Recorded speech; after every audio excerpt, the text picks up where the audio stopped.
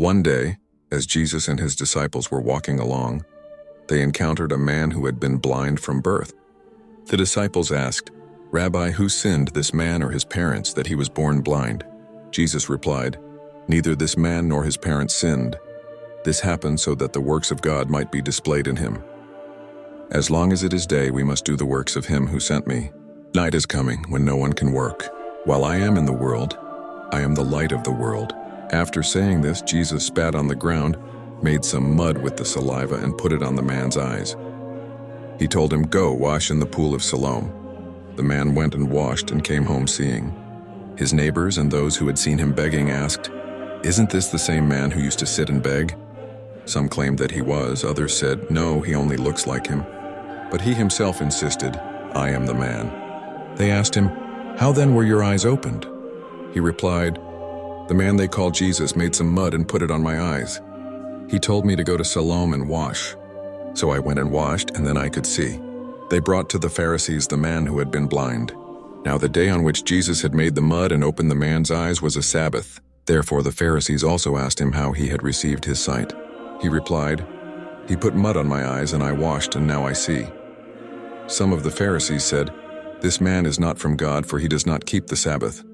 But others asked, "How can a sinner perform such signs?" So they were divided. Then they turned again to the blind man. "What have you to say about him? It was your eyes he opened." The man replied, "He is a prophet." They still did not believe that he had been blind and had received his sight until they sent for the man's parents.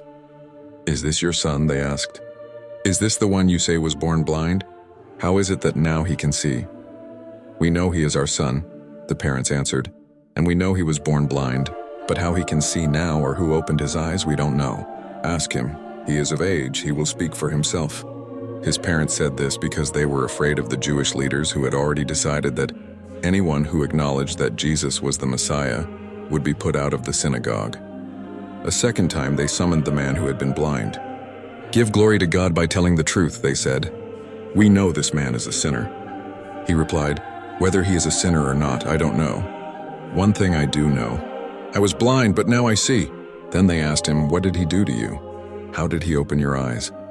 He answered, "I have told you already and you did not listen. Why do you want to hear it again? Do you want to become his disciples too?" Then they hurled insults at him and said, "You are this fellow's disciple. We are disciples of Moses. We know that God spoke to Moses, but as for this fellow, we don't even know where he comes from."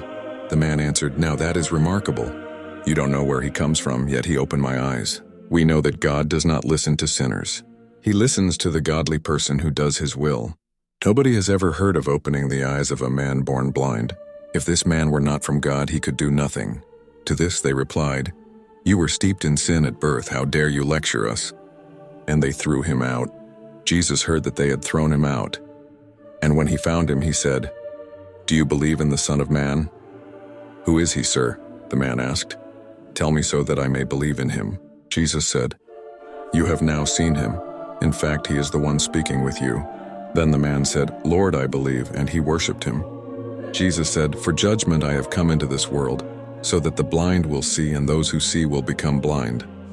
Some Pharisees who were with him heard him say this and asked, "What? Are we blind too?"